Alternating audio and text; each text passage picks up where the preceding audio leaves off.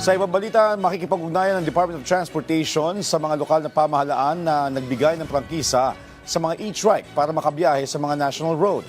Ito ay sa harap ng nalalapit na pagbabawal sa mga e-bike at e-trike na dumaan sa mga pangunahing lansangan.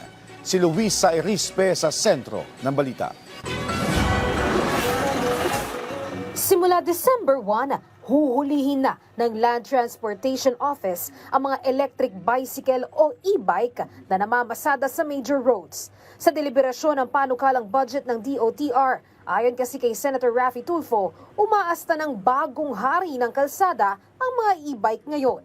Marami na po akong natatanggap na reklamo tungkol sa e-bike. Sila na po ngayon ang hari ng kalsada, dati jeepney, ngayon ang e-bike na raw. Buwelta pa ni Tulfo, apektado pa kahit ang mga tricycle drivers at iba pang may hanap buhay sa kalsada. Dahil ang iba, dumaan pa nga sa butas ng karayom para makapasada.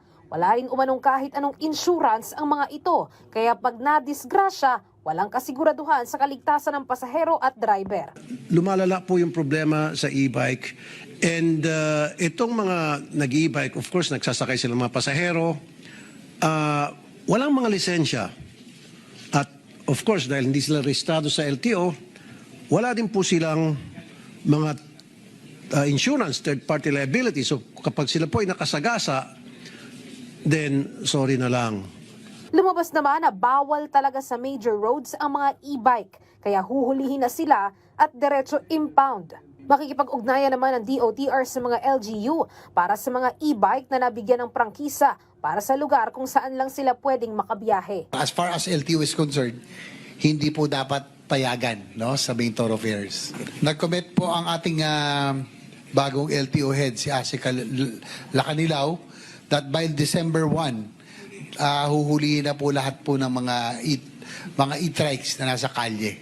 They will coordinate with the DILG and the LGUs, and they said that they will comply, no? They will apprehend ito pong mga e-bikes kasi tama po kayo, dapat maging patas lamang dahil yung mga tricycle may prangkisa, no? Meron po silang boundary at lahat sumusunod po sila.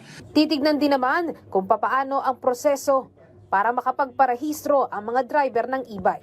Samantala, si Senator Erwin Tulfo naman, ang pinasisilip ay ang patuloy na pagbiyahe ng kolorum ng mga UV Express at mismong LTFRB pa umano ang tumutulong sa mga kolorum para hindi ma-raid. There are continued operations of Colorum UVs.